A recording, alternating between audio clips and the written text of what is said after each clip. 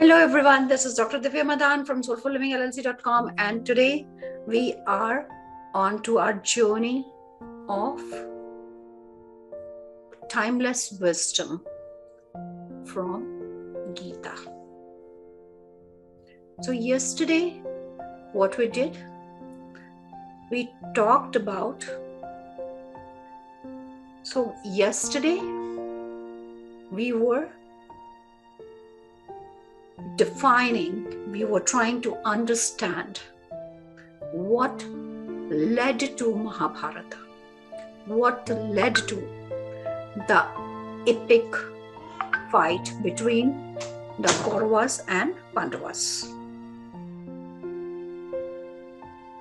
And we found out those root cause of leading a family to this epic feud. So this fight is, and the learning from this has become a guiding light to generations. It happened 7,000 years ago. Some say 5,000, some say 7,000, but 7,000 years ago this happened. And still people get back to it again and again to find their answers to any kind of conflict they have. Because our life itself is a Mahabharata. It's a battlefield.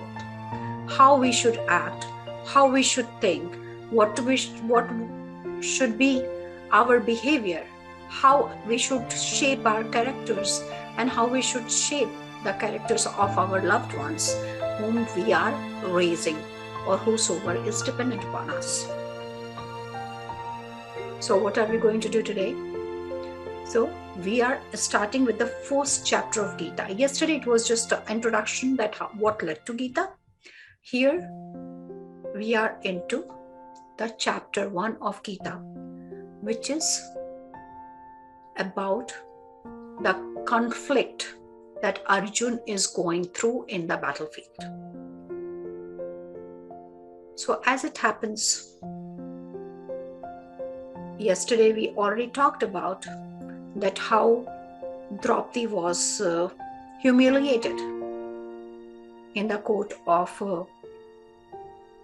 Dhritarashtra, in the court of Hastinapur, in the presence of her uncles and in-laws, father-in-law, great father-in-law, the gurus, in front of husband, name anyone. And she prayed to Krishna, and somehow all we know that she was not humiliated the way they wanted her to humiliate, but the words were really harsh, really bad. It was, yes, she did something, but what she was going through was not equivalent to what she was subjected to. So, and then after that humiliation, all the 5 brothers along with the Draupadi were sent to the jungle again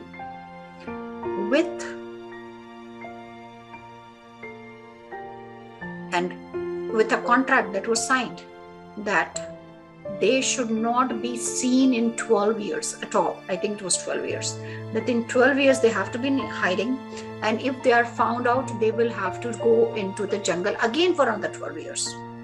So obviously it is not a right kind of contract. It was not logical in any point of view. This is insane, not right thing to do to anyone. But yes, that happened. And they disguised themselves. Arjun had to disguise himself like a woman, and all the brothers had disguised themselves in different costumes so that they do not get caught. And in the process, they also were meeting different kings and different countries. Like at that time, there were like small kingdoms. So even if the Hastinapur was like the big one, but there were smaller kingdoms inside of it. So one very interesting thing came that when we say Bharat, when we say that Ram was a Chakravarti Raja, so we feel that he was the ruler of the whole of India. He was not the ruler of whole of Bharat at that time, but he was the one who would fight for the righteousness. So Raja Janaka was the king, then the Nishad Raj was the king. So there were many kings, there were smaller kingdoms, but overarching was someone who would lay down the foundation of justice. So similarly, Hastinapur at that time was the Chakravarti, like it was like overall, but there were smaller kingdoms which was underneath, like following the law of Hastinapur. That is my understanding. So anyways, coming back to, so after all that happened, and the 12 years, they somehow managed to not get found by Duryodhan and the team. The Kauravas could not find them.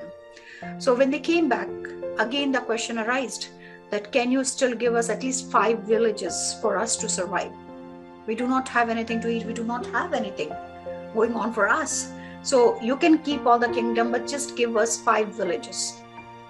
No. Duryodhan said no. Krishna went to them multiple times and even showed his Virat Swarup, but still they did not budge. And that led to the fight between Kauravas and Pandavas. And now they are standing on the battlefield. All the people, and there was one more story that we all should know. I'm sure most of you know, but this happened, that now they are targeting who will be in their party. So Kaurava are also doing their own like meeting people, and they're trying to get their own team ready to fight, right? So this is like one set of army, this is another set of army, all of their brothers. So lots of kings are their relatives, brothers, sisters, cousin, uncle, aunt, so many relatives. They're also kings of smaller kingdoms. So they're trying to find that congregation of people who can fight with on their side. So finally there was like, this was going on while Krishna, on whom side he should fight.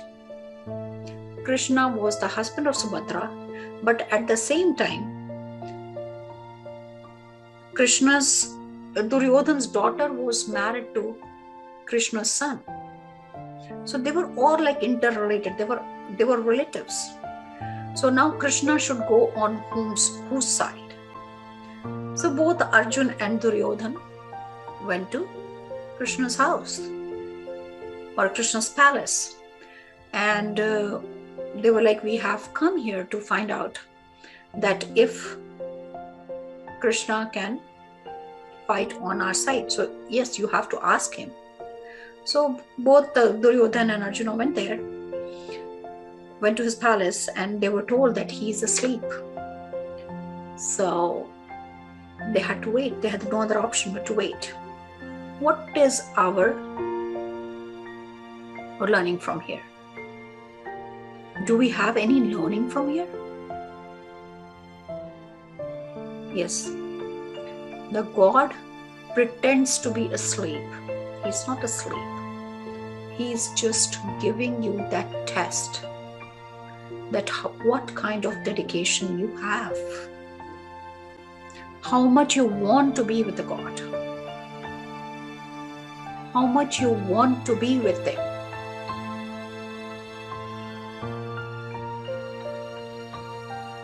Right? So both of them went inside where he was asleep. So Duryodhan stood on the side of his head where his pillow was. Arjuna stood where his foot was. Again, when we have to get something, when we are asking for something, the humility. You do not ask for something by sitting on somebody's head. When you have to ask the favor, you have to be humble. And that is what Arjuna did. Arjuna stood in front of his feet. Krishna woke up. He looked at Arjuna and said, like, Parth, what brings you here? Obviously he knows, but still it's like, what brings you here? And immediately Duryodhana said, I came here first and I want to tell you why we are here. I want you to fight with me. I want you to be on my side. And you are neutral. You are God, you are Brahma. So why don't you just, and I was the here, I came here first. So it's my right to ask you to come with me first. So Krishna said, you know what? I do not know who came first because I was asleep. But when I opened my eyes, I saw Arjun first because he was standing in front of my foot. So it was easy. So I saw him first. So in my opinion, he came first. But if you say so, what I am going to do is like, I can give you an option. I have like an army of Akshuna. So it's like, I do not know, it's like 100 or 1 lakh people in his army. And so I have my army and there's me. So you have a choice. And Duryodhana, since you said you came first, you should choose if you want my army or you want to choose me. And it was a very difficult question. Duryodhana, obviously, one who does not have trust in God. He thought and thought and thought. It's like, I would go with your army. And then he looked at Arjun. It's like, what do you want? He said, I just want you. I don't want anything. And that was it. The whole army of Krishna went on to the Kaurva side. And Krishna, as it was pleaded by Arjun, that he became his charioteer, his Sarthi, one who guides, one who takes, one who mentors. He took God as his mentor, his guide. So what do we learn from here? Everybody will have its own learning. So just wait for a minute. So whatever I have said, whatever I have narrated, I want you guys to just think through it. And what is your learning from this story? I would like you to write it on the chat if you can. What is your learning from this whole narration?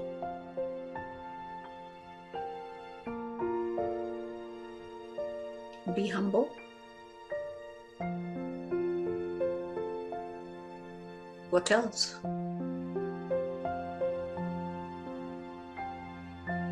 Have faith. Anything else? Be honest. Seeking true guidance. Relation to be maintained. I'm not sure about what relation to be maintained, but yes, what came from this whole thing was that seeking the ultimate will find you the right mentor.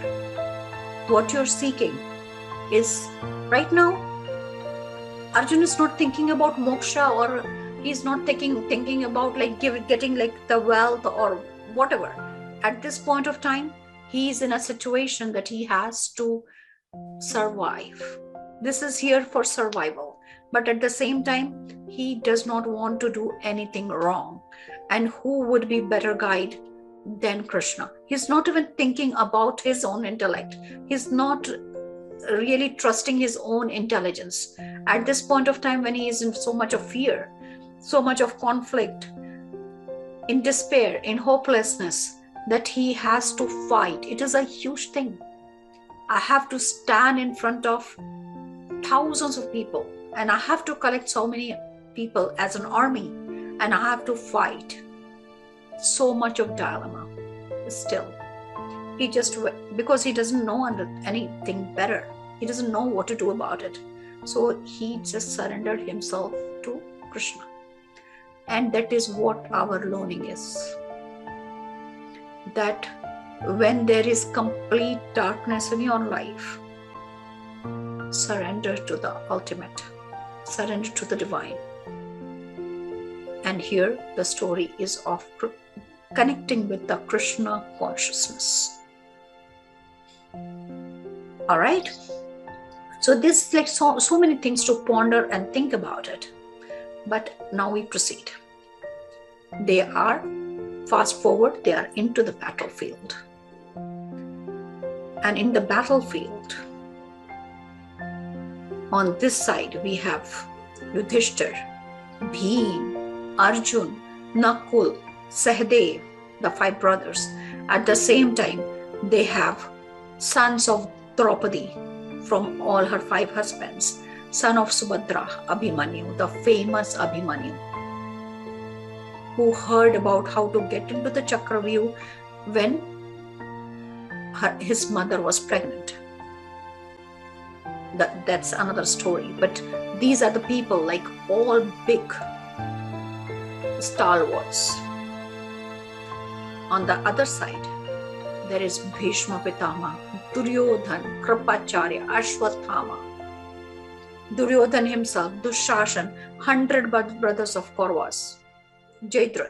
So many stalwarts on that side. And then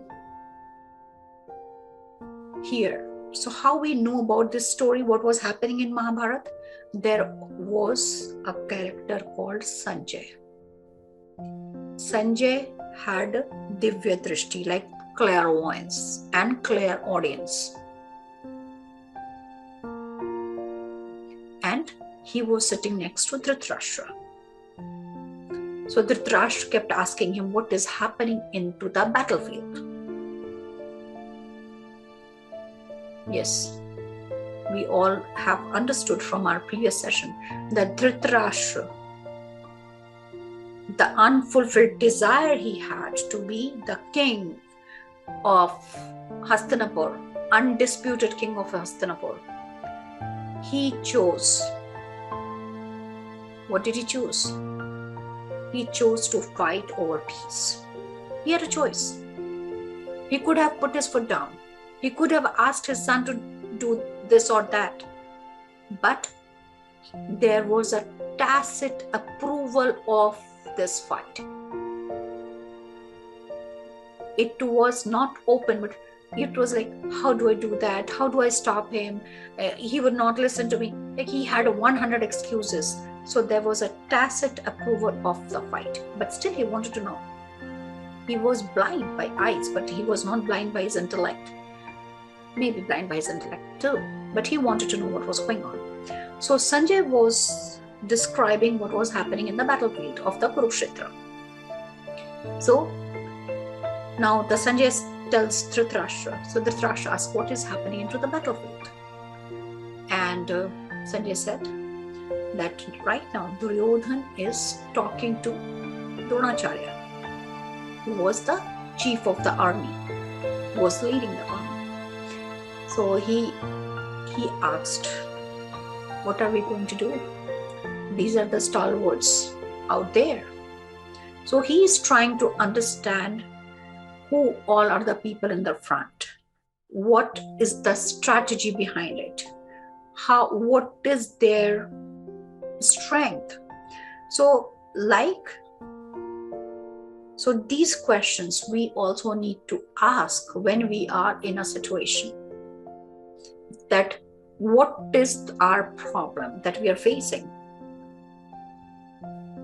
How it is catching us? What are our weak points where it is affecting us?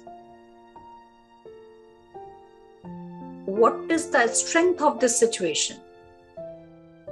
How much it can impact me? And And accordingly, he looks back and looks at his army. And he looks at it very proudly. Oh, that army is led by Bhim. But our army is led by Bhishma Pitama, who's a bigger warrior than Bhim.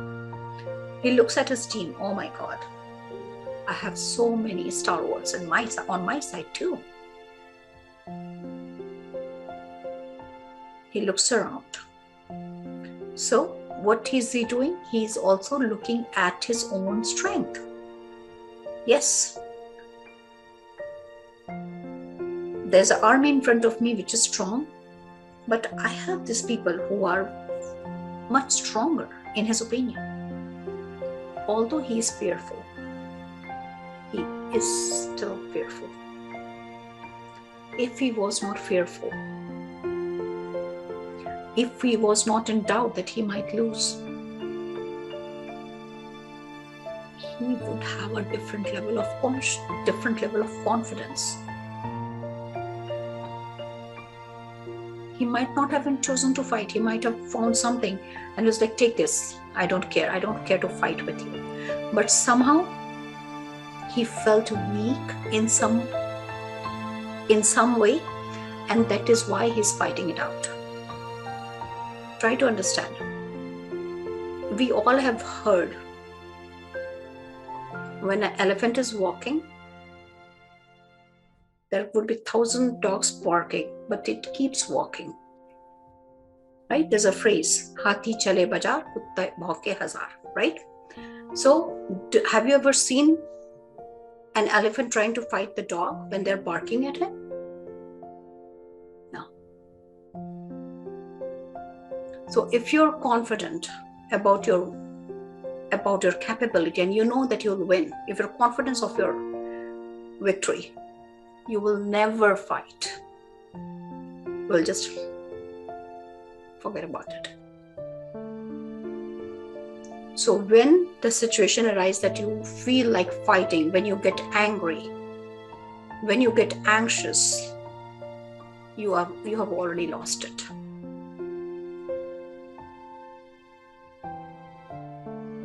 Write it down.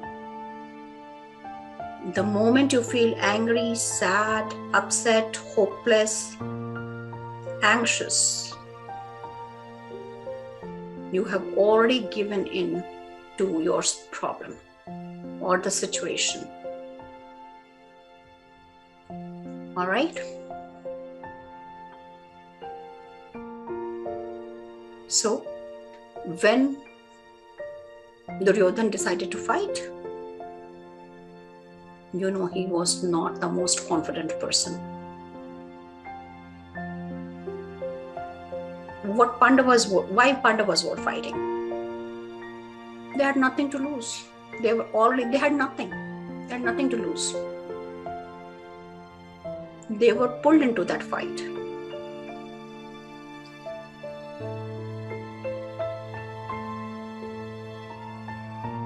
We can learn, so Yvonne is saying that we can learn to observe when these things are happening.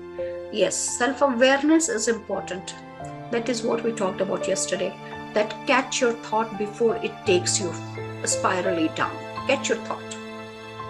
Here, there's a situation. We're angry, we're upset, we're sad. Being an observer, yes, that is something that has to be developed. But how many times you can be an observer of your pain? Not always. Right? So we'll get there. So right now, he's sitting, they're on the battlefield. Duryodhana has looked around. And now, it's turn of Arjun. And Dhritarashtra is listening to this. Now it's turn of Arjun. He says, hey Krishna, take me into the middle of the battlefield so that I can see whosoever I'm fighting with. Krishna takes him into the center. He looks around. Guru, Drona, Bhishma, Pitamaha, the cousins, the brothers, the uncles, the aunts, the relatives, like all family members, like he can recognize most of them. And he looks at Krishna. Hey Krishna, what am I doing here? Am I going to kill all of them for getting some piece of land? And what would be the value of that, all the money or fame or kingdom that I would get when I will not have our closed ones around me?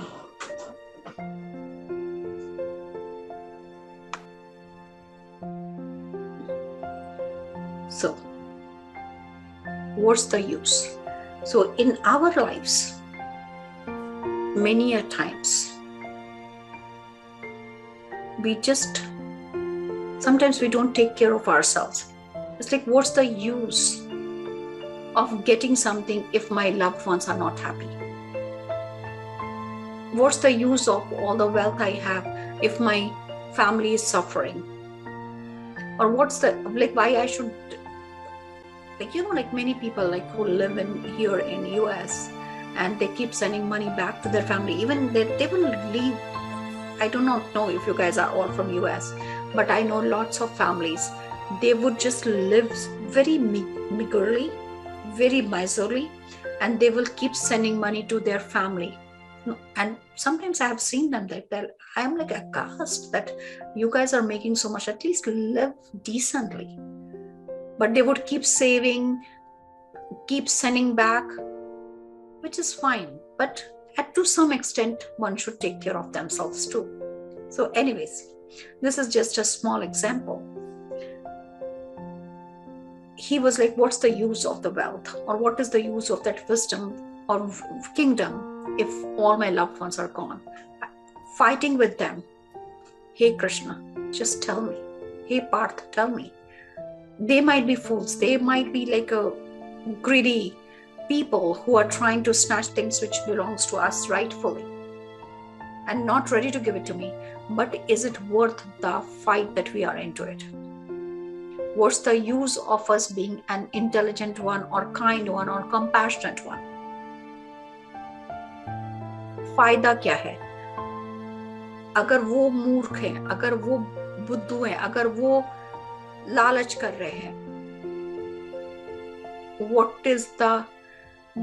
then should we also stoop to their level? If they are being mean,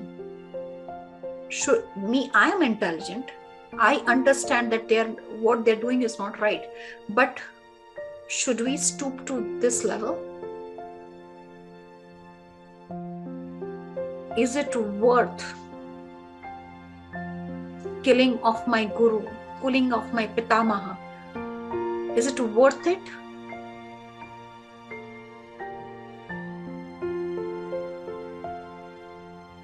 And Krishna is listening and smiling. What are you here for, Parth? Parth. Why are we here, Parth? All these people who are on the other side, who are your relatives, your family members, where are they standing? With whom are they standing? Are they with dharma or adharma? Are they with the right or are they with the wrong?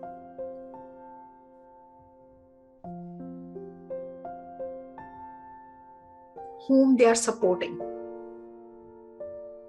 Are they supporting a kind, compassionate person or are they supporting perpetrators? Whom are they supporting? Do you doubt the intelligence of Bhishma Pitama or Dronacharya? They are all knowledgeable. So are you. So, hey Parth, do not get into doubt. This fight is for right versus evil, not brother versus brother. But Arjun does not stop. he is still wailing, still crying. It's like, what is the point? Even if I get all 3 worlds, it's not enough. Won't I get punished for killing all my relatives, my gurus and my grandfathers, brothers, cousins, uncles? What is the use? Won't I get? Isn't it a sin? Killing someone. Again, Krishna says, when a person in an army goes and kills the enemy, versus somebody goes and kills someone because they have stolen something, so that's a difference. You kill somebody to get something, some material possession, it's a different thing. But when you are standing for your country, for the righteousness, when you're an army and when you kill the enemy, no, you do not get punished. Because the difference is that what you're fighting for, individual benefit or the larger benefit. And with that, when an army man of your country goes into a war and kills the enemy to save all of you, the collective consciousness has to take the responsibility of that killing. And this is what is my understanding, that to save all of us, the person who are at the border, when they are doing something, annihilating something, killing somebody, or encounter, or whatever is happening, always remember that one part of us has to take that responsibility as well, because we did not stood up for ourselves. Somebody has to take care of us, and there are no free lunches. That's why that person does not get the sin into their name. It is shared by the collective consciousness. But if somebody does it for their own greed or something that they will get benefited with, then they have to take the sin just by themselves. And that is why that person might get the punishments in the present life and also in coming lives. I have seen 10 lives people are been suffering. So understanding of this was very important. But Arjun was still wailing and crying. He said, what will happen if all of us will die? All these people will die. There will be so many widows and they will go corrupt. The whole society will get corrupt. We would have no one to do the shraddha, to do the pindadam, and the marriages will not happen because like so many, like 100,000 people are going to die in this war. The whole of the society will go downwards. Hey Krishna, please save me from this. Please save this. I'm not willing to fight. So he is like on and on giving excuses or reasoning that why he should not fight, like all of us do. Let it go. Let it be. Jaane do. Koi baat nahi. People said something about religion. People said something about our family members. The neighbors did something wrong. He's like really a wicked person in my neighbor. And he or she is doing something wrong every day. People like choose not to fight. Who would go and escalate it? And also like in our society, at least Gandhi came and he said, if somebody gives you one slap, bring other cheek in front of them. Don't fight. So coming from this valiant scriptures, we just forgot about all of that. And the forgiveness was like, the compassion was another level. ready to get beaten up. I'll get beaten up as long as, like, just keep beating me up till to the end, till I turn to pulp, but I would not retaliate. This is not said in Geeta. Geeta was, do not allow anyone, you don't hurt anyone, but don't allow anyone to hurt you. So this whole episode was Arjun being in conflict, that how do I fight with my own people? And here, when I translate it to our individual consciousness, it's like, how do we fight with our own perception? This is good, this is bad, this is right, this is wrong. We all know one thing which is right in one country can be wrong in another country. One thing which is right in one religion can be wrong in another religion. This is all perception. And we have to fight the perception so that we can unveil the truth. So in the first chapter, it is all about conflict. I would be rather Arjun, to the extent he went that, hey Krishna, I would rather be a beggar than take the sin of killing my kins, my family. And Krishna kept smiling. All he said, that who are you to kill someone? तुम कौन होते हो किसी को मारने वाले? You cannot kill anyone. You do not have the capacity to actually kill anyone. They are already gone. And this is the end of first chapter. And tomorrow we will start with the actual teaching of Geeta. That what Krishna transpired to Arjun, how he motivated him, how he made him stand and face the situation. We cannot run away from our situations. We have to face it. Situations will come, situations will go.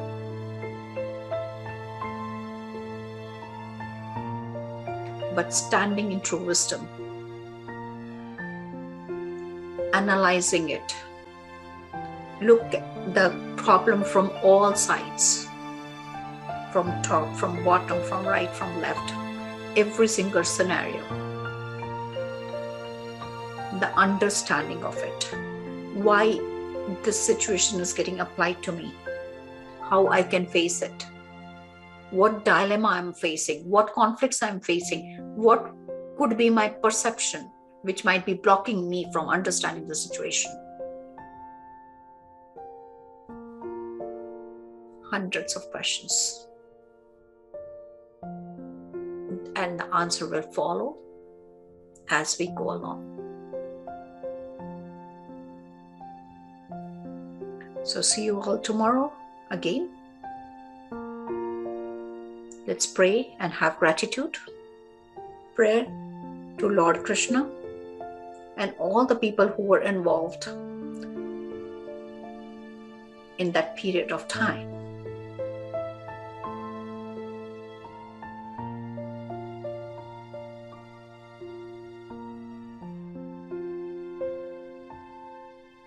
Thanks to all the divine energies and guides who came here to help us today to understand the timeless wisdom coming from the part of Mahabharata called Geeta.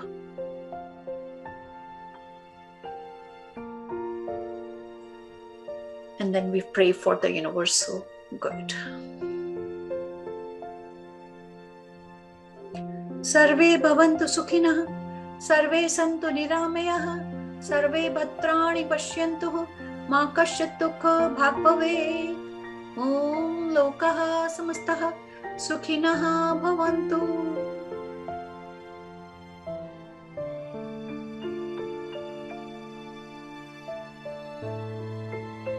Namah Shivaya. I would definitely like all of you to learn it, because like this wisdom is not coming to everyone. Not everyone is meant for it, and whosoever is meant for it will be here. So so if you have questions, I do not want you to ask it right away, but write it down during the day. Whenever you have that question, put it in your diary or something, and just post it to the group, so that when I am doing the session, I can answer it. Okay. I am 100% sure there's so much. There's like 700 verses, and I am trying to, I'm just connecting with the divine guidance. Just give me. So every day I start with, I will start from here, but then I get pushed to, no, you have to talk about this also. I was not planning to talk about their Vanvas or 12 years into the hiding, but it just was no, you cannot start until you have this. You need to know the basis of Mahabharata. So there's lots of things which is going to come in next sessions, and I'm very thankful that it came to me that I should be doing this, and it is making me much more quieter, because when I'm doing this, I'm not doing anything else, my mind is also not even going to okay, my mind is constantly focused on the learning and teachings from here. Unless we have this learning and teaching, probably the next phase that we are looking for, the next evolution of our consciousness, will not take place.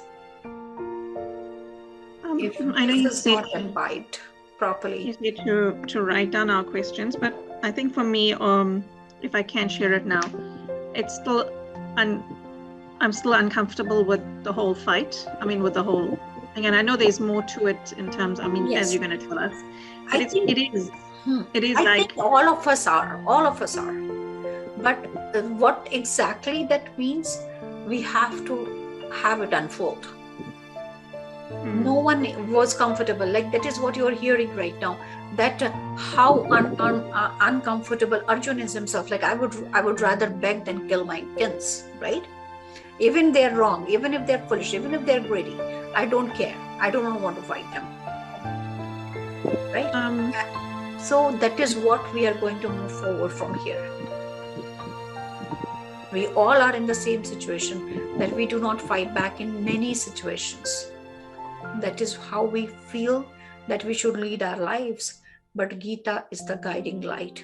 So just let's have faith and keep it rolling.